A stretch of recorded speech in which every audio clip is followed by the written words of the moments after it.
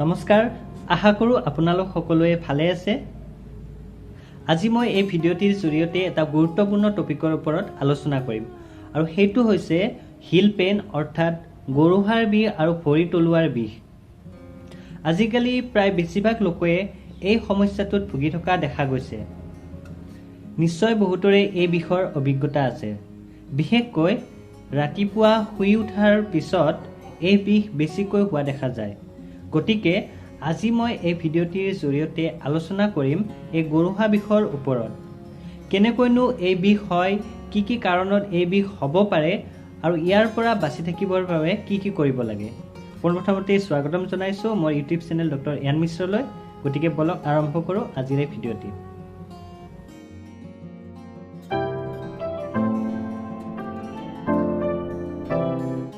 এই গৰুহা বিষ বা ভৰি তলুৱাৰ বিষ বিশেষকৈ কোনবোৰ লোকৰ বেছিকৈ হোৱা দেখা যায়। আপোনালোকে যদি লক্ষ্য কৰে তেতিয়াহ'লে দেখিব যে যিসকল লোকে বেছি সময় ধৰি থিয় হৈ কাম বন কৰি থাকে বা তেনেকুৱা কামৰ লগত জড়িত ব্যক্তিসকলৰ বেছিকৈ এই বিষ হোৱা দেখা যায়।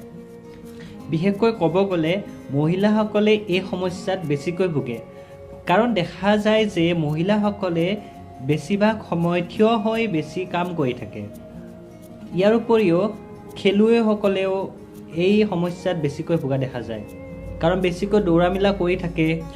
ইয়াৰ উপৰিও ট্ৰেফিক পুলিচ, ছিকিউৰিটি গাৰ্ড তেনেকুৱা লোকসকলে যিহেতু বেছি সময় ধৰি একেলগে থিয় হৈ থাকিবলগীয়া হয়, তেওঁলোকেও এই সমস্যাত বেছিকৈ ভোগা দেখা যায়। আৰু কেতিয়াবা এনেকুৱা হয় যে যদি হঠাতে আপোনালোকে বেছি সময় একেলগে খোজ কাঢ়িবলগীয়া পৰিস্থিতি হয়, তেনেকুৱা অৱস্থাটো এই গৰুহা বিষৰ সমস্যাই দেখা দিয়ে। আমি যদি এই সমস্যাৰ পৰা পৰিত্ৰাণ পাব বিচাৰোঁ, তাৰ কাৰণে প্ৰথমতে আমি জানিব লাগিব ইয়াৰ আঁৰত কি কি কাৰণ থাকিব পাৰে। যদি আমি মেইন কাৰণ বুলি ক'ব যাওঁ, এই গৰুহা বিষৰ আমি তিনিটা মেইন কাৰণ ক'ব পাৰোঁ।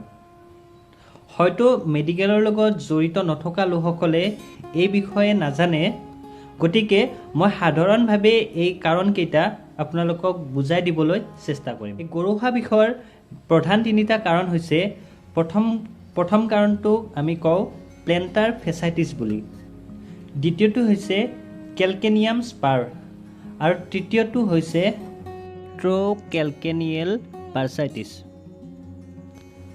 এই তিনিটা প্ৰধান কাৰণ কেনেকৈনো হয় মই আপোনালোকক সাধাৰণভাৱে বুজাই আছোঁ। প্লেণ্টাৰ ফেচাইটিছ কি হয় চাওক। আমাৰ ভৰিৰ তলুৱাখনত ফেচিয়া বুলি এটা বস্তু থাকে, যিটোৱে আমাৰ ভৰিৰ তলুৱাত এখন স্প্ৰিঙৰ নিচিনা কাম কৰে। আৰু এই ফেচিয়াখন ভৰিৰ গৰুহাৰ যিটো বন আছে সেই বনৰ পৰা আৰম্ভ হয় আৰু ভৰিৰ আঙুলিৰ একেবাৰে গুৰিলৈকে সংযোগ হৈ থাকে।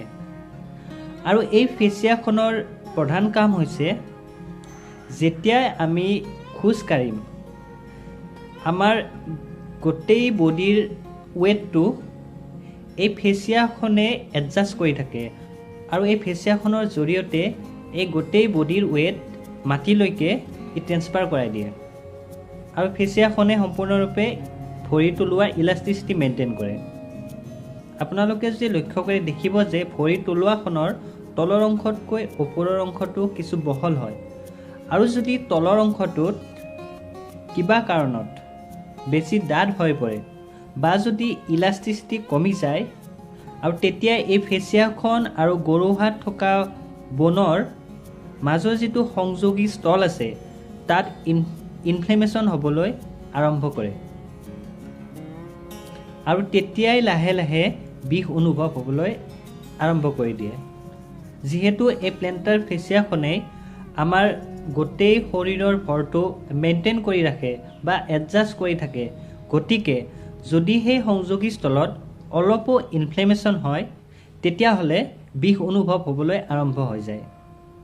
আৰু মেইনলি আপোনালোকে ন'টিছ কৰিব এই বিষ ৰাতিপুৱা শুই উঠাৰ পিছত যথেষ্ট হয়, আৰু লাহে লাহে যেতিয়া এখোজ দুখোজকৈ খোজ কঢ়া আৰম্ভ কৰে, লাহে লাহে এই পেইনটো কমিবলৈ আৰম্ভ কৰে। এই বিষয়ৰ পৰানো কেনেকৈ আপোনালোকে ৰক্ষা পৰিব সেই বিষয়ে মই আলোচনা কৰিম। তাৰ আগতে মই আন কি কি কাৰণতনো এই বিষ হ'ব পাৰে সেই বিষয়ে আপোনালোকক জনাই লৈছোঁ।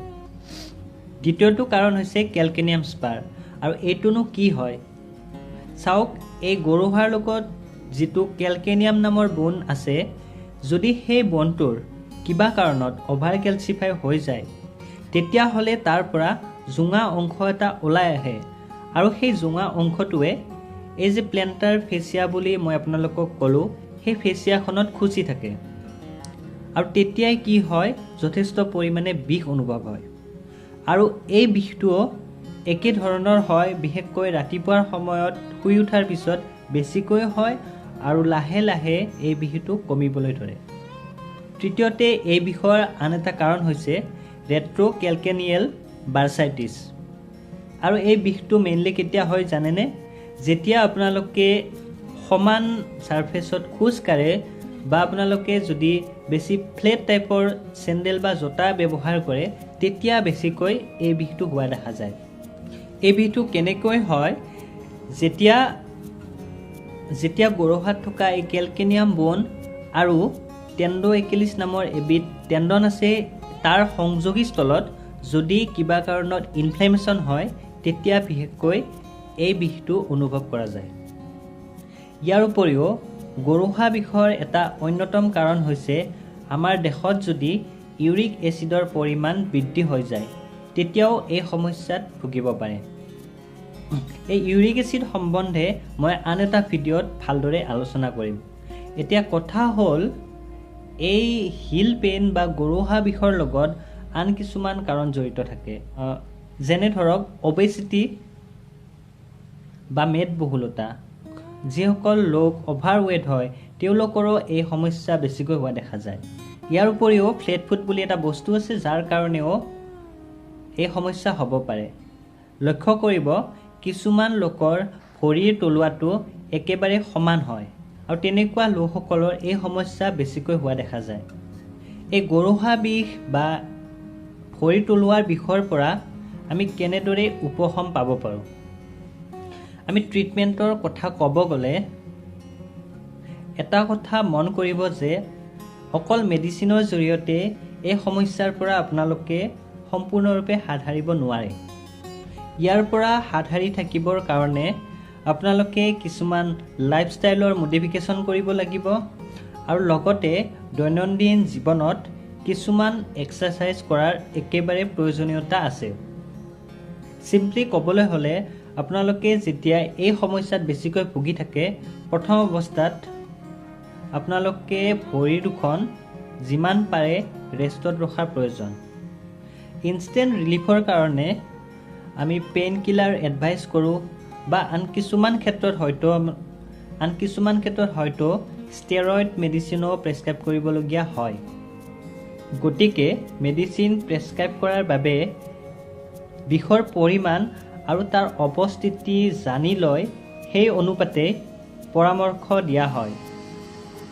গৰুহা বিষ বা হিল পেইনৰ এই সমস্যাসমূহৰ পৰা পৰিত্ৰাণ পাবৰ কাৰণে মেইনলি কিছুমান এক্সাৰচাইজ এডভাইচ কৰা হয় আৰু আপোনালোকে এই ক্ষেত্ৰত এজন ভাল ফিজিঅ'থেৰাপিষ্টৰ ওচৰত গৈ এই এক্সাৰচাইজসমূহৰ বিষয়ে ভালদৰে অৱগত হৈ ল'ব পাৰে। এই গৰুহা বিষ বা ভৰি তলুৱাৰ বিষৰ ক্ষেত্ৰত মেইনলি কিছুমান এক্সাৰচাইজ এডভাইচ কৰা হয় আৰু সেই এক্সাৰচাইজসমূহ কেনেকৈ কৰিব লাগে সেই বিষয়ে মই আলোচনা নকৰোঁ, কাৰণ এই এক্সাৰচাইজসমূহ সকলোৰে বাবে একে নহয়। গতিকে আপোনালোকে এজন ভাল ফিজিঅ'থেৰাপিষ্টৰ ওচৰত গৈ এই সম্বন্ধে আলোচনা কৰিব পাৰে আৰু ফিজিঅ'থেৰাপিষ্টজনৰ পৰামৰ্শ অনুসৰি আপোনালোকে সেই ধৰণৰ ব্যৱস্থা গ্ৰহণ কৰিব পাৰে।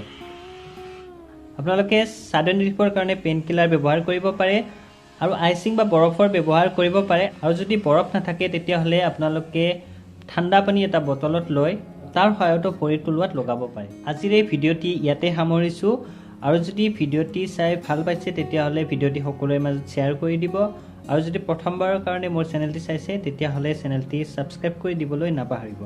ধন্যবাদ।